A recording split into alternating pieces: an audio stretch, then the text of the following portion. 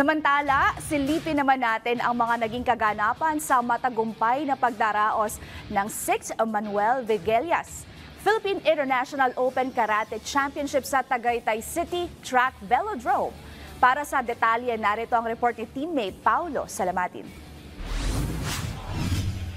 Nagtipon-tipon ng mahigit 1,000 karatekas mula sa iba't ibang bansa upang lumahok sa taunang kompetisyon na inihanda ng Karate Pilipinas Sports Federation, ang ika-6 na edisyon ng Manuel Viguelias Philippine International Open Karate Championships sa pinakabago at unang indoor track cycling facility ng International Cycling Union o UCI standard na Tagaytay City Velodrome sa Tagaytay City. Bago ang kompetisyon nitong weekend, mas naging sulit ang pananatili ng mga foreign athletes sa Pilipinas dahil sa isinagawang 3-day training camp sa kaparehong venue at sa pangunguna ng mga world-class trainers tulad din ng former World and European Karate Champion at Philippine National Team Coach Okay Arpa at marami pang iba. Sa pagtatapos kahapon ng nasabing kompetisyon, ikinatuwa ng mga ilang karatekas ang paglahok sa mga ganitong klaseng international competitions na nagsisilbing malaking exposure umano para sa kanila.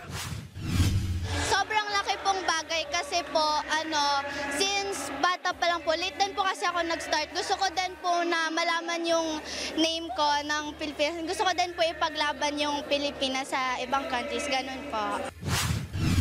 So this is my second big international event. The training camp leading up is really the focal point, and then the competition's more of a time to work out if you can bring anything into that style and then just focus on what works and what doesn't work. A learning opportunity. It's good and it should continue onwards because it's a great learning experience. Maybe add under 21s because that would be great, but other than that, it's lovely, yeah. Kasi po, ito po yung, world-class na international. Makalaban po namin yung mga ibang bansa, mga players na tune up po namin sa Batang Pinoy. Maganda yun po experience.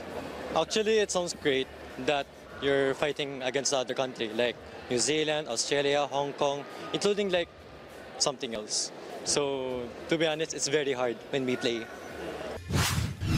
Nagbigay din ng pahayag ang dalawang miyembro ng Philippine Karate Team na kapwa nagkampiyon sa nasabing torneo na anilay magsisilbi itong isa sa mga basihan nila ng preparasyon bago sumabak sa Southeast Asian Games ngayong Disyembre sa Thailand.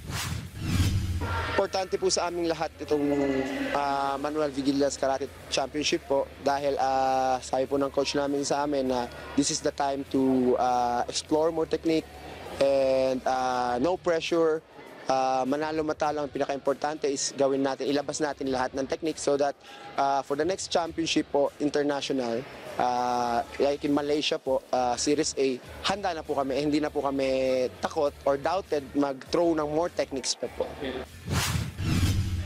It's very big kasi to go abroad, to have this kind of experience, you have to shell out so much money. So for here, ito na si Shian, our president, Karate Pilipinas president, siya na yung nagdala ng experience for us here in Tagaytay. So less expenses, high level exposure, so beneficial siya for all athletes, especially the younger athletes.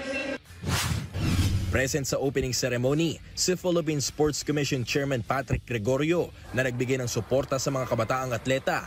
Bagay na ikinituwa rin ni Karate Pilipinas President Richard Lim na naging susi sa matagumpay na pagdaraos ng International Open Karate event sa Pilipinas. It's exactly how we want it. It's exactly how we envisioned it, no? And it's exactly how we're planning it para rin sa other sports in all other regions in the Philippines. Ang importante, weekend, long holiday, families all together watching the kids play. Yun yung pinaka-importante, di ba? Yun ang mensahe ni Presidente during his SONA. Physical fitness and sports. Sabi nga ni Presidente, ano ba pinakamalalang mangyayari sa bata? Di ba? Injury lang, gagaling din. Pero that's why ako, kahit ganito nga, holiday, nakakapagod, I'm here. Para naman bigyan ng motivation yung mga atleta. Well, it's an honor to Shian Manuel Viguelias, who started. He was the first president of the Philippine Karate Federation, and at the same time, he's also the president of AAK. AAK was established 1964. So we are one of the first and longest running karate club in the Philippines. So it's an honor to him to have this. Since he passed away, we started doing this annually. So every year, yan, meron tayo. And it's getting bigger and bigger every year. Pagkatapos ng nasabing event, nakatakdang sumalang sa mga ilang international training camps ang Philippine Karate Team bago ang kanilang kampanya sa Southeast Asian Games. Paulo Salamatin para sa Atletang Pilipino, para sa Bagong Pilipinas.